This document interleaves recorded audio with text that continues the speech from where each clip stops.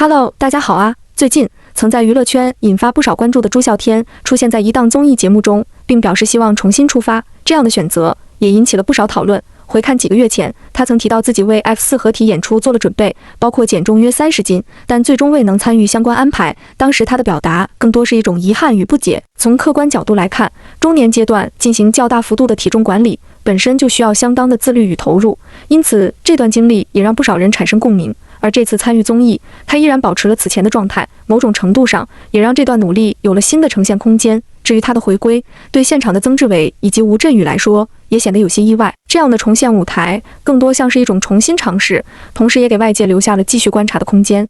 在綜藝無限超越般的面試環節中，朱孝天以相對平靜的語氣，講述了自己過去多年的演藝經歷與選擇。他提到，自從參與《流星花園》走紅之後，事業迅速進入軌道。但與此同時，也受到合約與市場定位的影響，在相當長一段時間內，角色類型被固定在較為單一的範圍之中，比如霸道總裁、富二代或帶有標籤化色彩的人物。這種重複性的選擇，在一定程度上限制了表演空間，也讓他逐漸失去最初對表演的興趣。從他的講述來看，他並非沒有嘗試突破，例如曾希望挑戰更具反差的角色類型，但當時基於商業考量，這樣的嘗試並未被採納。在長達數年的合約週期內，他始終沒有接觸到真正契合自身期待的角色，這也成為他逐漸淡出演藝創作的重要原因之一。直到合約結束之後，他才重新獲得更多選擇的空間與自主權。這次在節目中的出現，更像是一種重新出發的嘗試，也讓外界得以重新認識他對表演這件事情的理解與期待。我已經有將近10年的時間沒有拍過戲，曾經戲劇對我來說是一個遊戲。第一次入戲的時候，其實還是挺妙的緣分，是跟您的女兒曾寶儀。然後後來我就參與了《流星花園》，後來也參與了很多電視啊、電影的一些演出。但是在這之後，我再也找不到入戲的快感。我其實很努力，我很想在戲上面有一些建樹，但是當時的情況是不允許的，因為公司是對我們有掌控的。其實當時有一部瓊瑶的劇找上來，我看完劇本以後，我是希望能夠去演反一，但是被拒絕的。公司唯一的理由就是你還有商業價值，你沒有必要去參與。於是10年的合約裡面，我沒有接到過任何一個我自己真正心儀的角色。有些人離開一件事，不是因為不熱愛，而是因為在那個階段裡，他已經沒有選擇的空間了。從最初把表演當作一種遊戲，到後來在規則與現實之間不斷被消耗，真正讓人遺憾的，從來不是沒有機會，而是明明想認真做好一件事，卻始終無法按照自己的意願去走。那10年的時間，更像是一段被安排的人生。角色可以被選擇，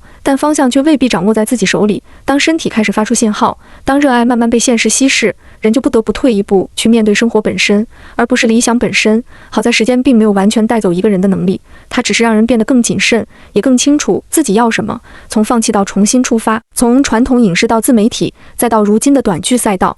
我發病了。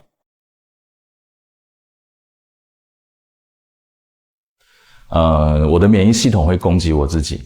於是我的身材開始變形，然後我的精力也不像以前了，我沒有辦法再去面對劇組這麼高強度的一個工作，於是我基本上放棄了這件事情，然後我轉去做自媒體。這幾年做的其實還不錯，我也慢慢的把身體調整回來了，我非常感謝現代醫學。在自媒體的領域裡面有一個賽道叫短劇，這個是我接下來會要去接觸到的一個賽道，但是我覺得我要面對的又是另外一個問題。那我發現過了10年的時間，我已經非常生疏了，我現在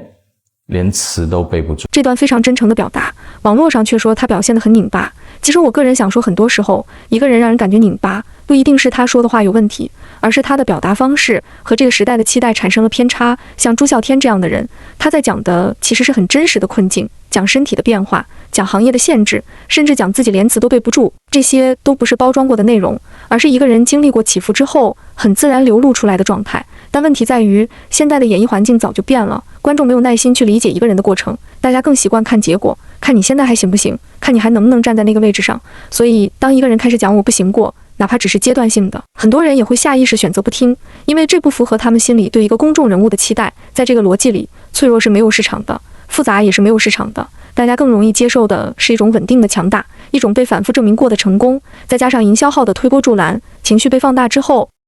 真實反而變成了一種可以被圍觀甚至被消遣的東西，於是就會出現一種很微妙的狀態。他越是真誠表達，外界越是在等一個出糗的瞬間。這其實不是針對某一個人，而是整個環境對人設的依賴已經大過了對人本身的理解。所以你會覺得他擰巴，本質上不是他的問題，而是一個還在用真實說話的人進入了一個更習慣看表演的場域裡。在無限超越般的討論環節中，朱孝天圍繞表演與角色表達分享了自己的理解。他提到，在過往的創作經歷中，接觸到的角色類型相對單一，更多停留在理想化與表層情感的呈現，而缺乏對人性複雜面的深入表達。這也讓他在一些創作環境中產生了不適感。這樣的表達引發了現場關於創作取向的進一步討論。何賽飛對此表示認同，他從創作者角度強調，在內容選擇上可以保有一定的堅持與判斷，即便面對現實壓力，也希望作品能夠傳遞更有價值的表達。而吳鎮宇則從行業運作層面提出不同看法。他認為，如果完全以理想標準來要求內容，可能會對行業的生存空間帶來挑戰。你摟他一下，兩個這麼對視就愛上了，然後所以我常常會在劇組裡面格格不入，因為他們有時候還會挺懶惰的。比如說有一張床，然後導演會為了少拍一個特寫，不去把這個床拉出來，把鏡頭架在裡面。這個都是我在現場會跟導演有一些的爭論點。我覺得這就不是戲啊，你所有東西都在簡化，所有東西都在同質化，你只是為了要把這東西趕出來。導演說你會不會想太遠？我說可是這不就是事實嗎？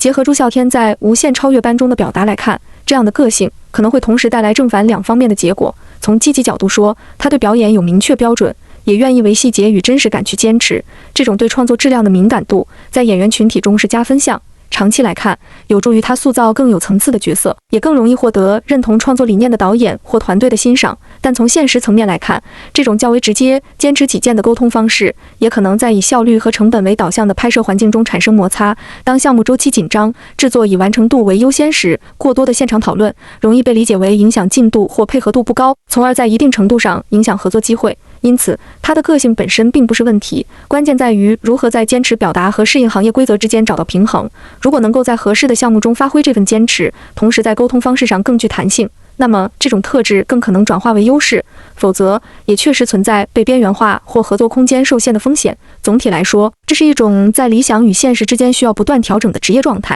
網友評價呈現出一定分化，但整體來看，支持與期待的聲音相對佔據主流。有觀點認為，他在節目中展現出較為清醒的自我認知與主動調整的意願，例如明確表示不希望依賴 F47的情懷加持，而是希望通過新的作品讓觀眾重新認識自己。這種試圖擺脫既有標籤、回歸演員本身的態度，被部分觀眾解讀為更加理性與克制。同時，他也坦言，過去多年受到市場定位與合約限制，角色類型較為單一，表演空間有限，因此這次參與節目被不少人視為一次重新出發的嘗試，希望借此拓展戲路，挑戰更具層次感的角色類型。不過，也有一些不同聲音認為，他選擇參與綜藝本身也具備獲取關注度與提升曝光的現實考量。在近年來作品相對減少的背景下，這類舞台確實能夠帶來新的討論度。同時，儘管他表達了不依賴過往角色標籤的態度，但以學員身份參與節目，客觀上仍然會引發觀眾對其早期經典形象的聯想。因此，在動機與呈現之間，部分觀眾感受到一定的落差與討論空間。整體來看，這種分化更多反映的是觀眾對藝人轉型路徑與行業環境的不同理解，而他的後續表現仍然是影響評價走向的關鍵因素。所以也希望朱孝天在新的綜藝節目裡能夠慢慢找回屬於自己的節奏，讓大家重新看到他的另一面。也許不再是當年的狀態，但更真實，也更有厚度。你們說呢？這期就聊到這裡，我們評論區見。